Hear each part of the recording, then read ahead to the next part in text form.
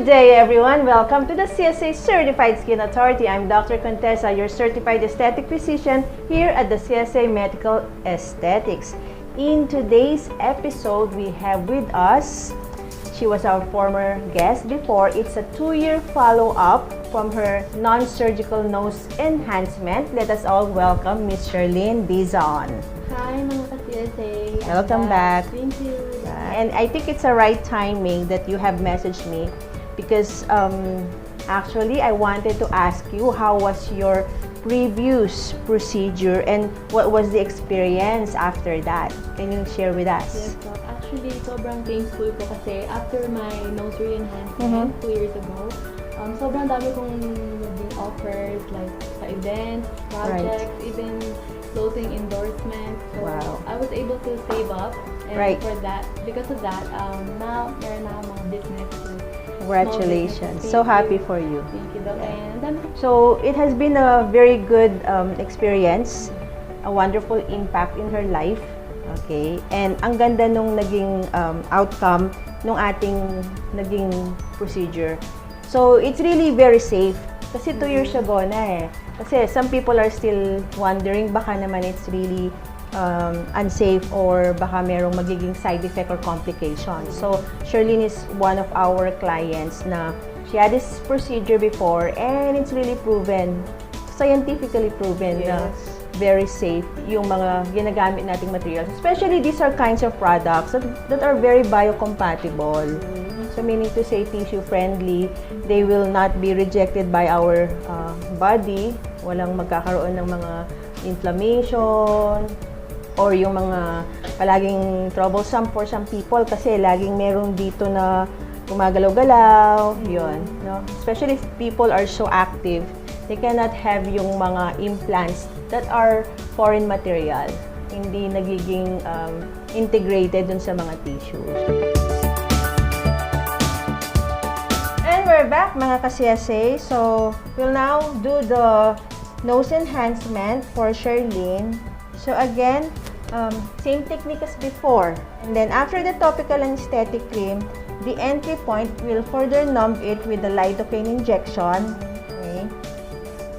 So, I'm making a single entry point in the infratip region of the nose. Okay, infratip. Okay, this one here. Just 0.1 ml of our lidocaine. And then after that, we need our single entry point. So I'll puncture with my gauge 19 needle. So it's expected that the tip is a bleeder. Okay. Then I now have my hyaluronic filler. So this is from the company Bison Medical. And they have Oryol hyaluronic filler Deep Plus with lidocaine. So I'm using my cannula here and I already have the entry point. So using that sponge, please, thank you. So the puncture area we had, it's gonna be the starting point, and then I'll be pinching the bridge region and then push the cannula towards the length of our nose bridge, okay? I'm using a 38 millimeter, ideally gauge 25 cannula. That's the ideal size of cannula that you should use. Okay, inhale, exhale, pressure on the bridge region. So it's very important also to be very gentle in pushing the cannula. Okay, actually, there's a resistance. This is already because she had tissue formation from the threads we inserted before. Inhale, exhale. So there's a bleeding in the entry area. Inhale, exhale. So we expect some adhesions inside. So those are the fibrous material from the previous procedure we had. So I'm ready to push my hyaluronic filler into the radix. It's a linear retrograde technique using the cannula, and then to the renion part.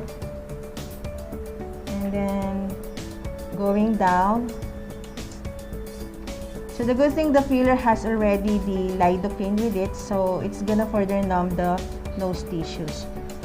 Okay, so I did injection in the bridge already. Now I'll proceed into the columellar region towards the anterior nasal spine, pinching again and pushing towards the deep layer. Inhale, exhale. So anatomically speaking, the columella has this cartilage and there's a space in between that cartilage, and have to go down to the nasal spine, anterior nasal spine, and inject some of my filler substance. It's normal that they will feel this pressure of the filler coming in, and later on it's gonna be numb because the filler has the lidocaine. Okay? Very good. So ideally you can place like 0.3 cc of your hyaluronic into that anterior nasal spine. So after doing that, I can see already a lifting of the tip columella, okay, with just the use of my hyaluronic filler. So let's check the effect of the hyaluronic first before doing the PDO threads. So a while ago, we have shown you just the hyaluronic filler injection. We already had a very good projection of the nose, particularly the tip area. The tip columella had already been projected. Okay, it's nice. So right now, we'll add our threads, PDO threads again from Bison. They call it Starko. Okay. So these kinds of PDO threads are biocompatible. Okay. They're absorbable threads, but they also help in building up new tissue protein or tissue collagen formation. Okay. So I'm just gentle with Charlene kasi meron na siya dati. So merong mga fibers na sa loob. Yan. So far so good, Charlene.